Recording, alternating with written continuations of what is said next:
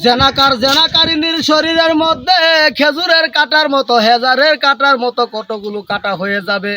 ওই অবস্থায় জেনাকারিনীকে কিয়ামতের দিন আলিঙ্গন করতে বলা হবে। দুইজনের মধ্যে আলিঙ্গন করার সাথে সাথে এমন জোরে একটা চিৎকার দিবে,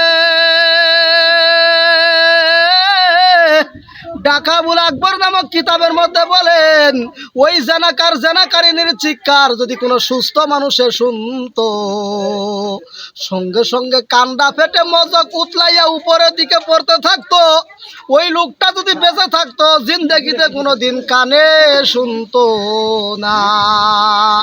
শান্তির জন্য জেনা করো,